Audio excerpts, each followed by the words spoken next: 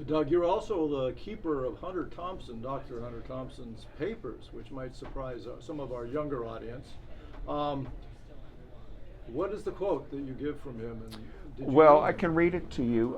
Hunter was a great friend of mine, and he was, of course, he wrote great books like Hell's Angels and Fear and Loathing in Las Vegas, Fear and Loathing in the Campaign Trail.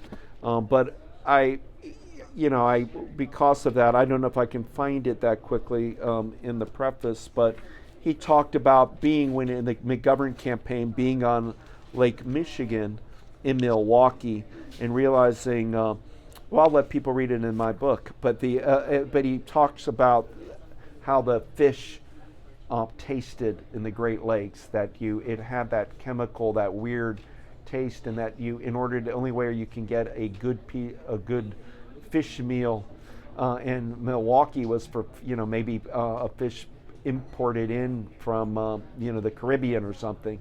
That we had destroyed our own fisheries in the United States, and Thompson was questioning how could that be a rational society that would poison their Great Lakes to the degree that all of the fish you were afraid to eat.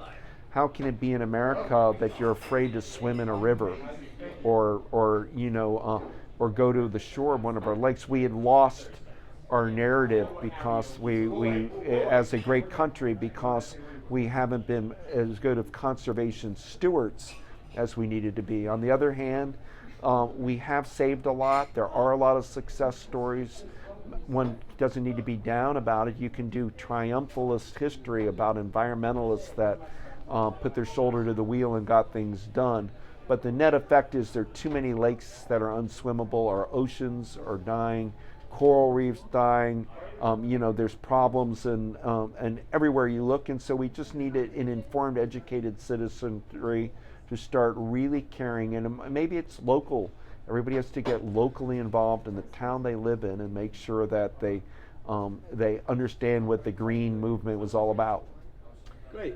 And what's most interesting about the book is I think it brings everybody from Hunter Thompson to Lyndon Johnson to Kennedy and Martin Luther King into current public consciousness in a way of sort of breaking myths about them and making us understand how they wanted to save many of the things that we do today too, and they started.